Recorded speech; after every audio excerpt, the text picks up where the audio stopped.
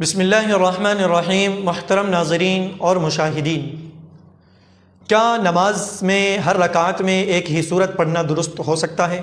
حدیث میں آتا ہے کہ نبی کریم صلی اللہ علیہ وسلم کے پاس صحابہ کرام نے اس شخص کا ذکر کیا کہ جو نماز میں ہر رکعت میں سورہ اخلاص پڑھا کرتے تھے۔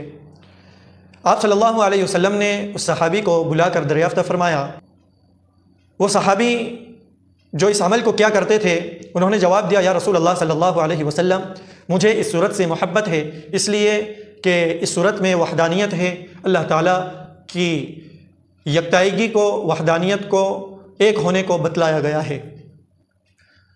دیکھیں، صحابہ کا حضور اکرم صلی اللہ علیہ وسلم کو یہ بات بتلانا بھی اس چیز کے لیے تھا کہ یہ چیز صحیح ہے، درست ہے یا نہیں، کیسا عمل ہے۔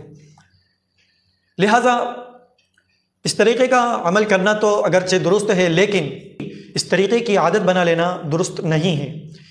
پہلی رکعت میں ایک سورت پڑھیں، دوسری رکعت میں دوسری سورت پڑھیں، اس طریقے سے الگ الگ صورتیں پڑھیں۔ اسی طریقے سے دوستوں، اگر کوئی شخص پہلی رکعت میں سورہ ناس پڑھ لے، پھر دوسری رکعت میں کیا پڑھے، یا وتر کی 2 رکعت میں پہلی رکعت میں سورہ فلق پڑھ لے، دوسری رکعت میں سورہ ناس پڑھ لے، تو پھر تیسری رکعت میں کیا پڑھے؟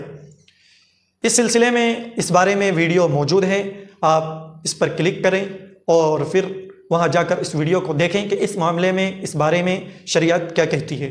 اللہ تعالی ہمیں سمجھنے کی توفیق دے، وما توفیقی الا باللہ۔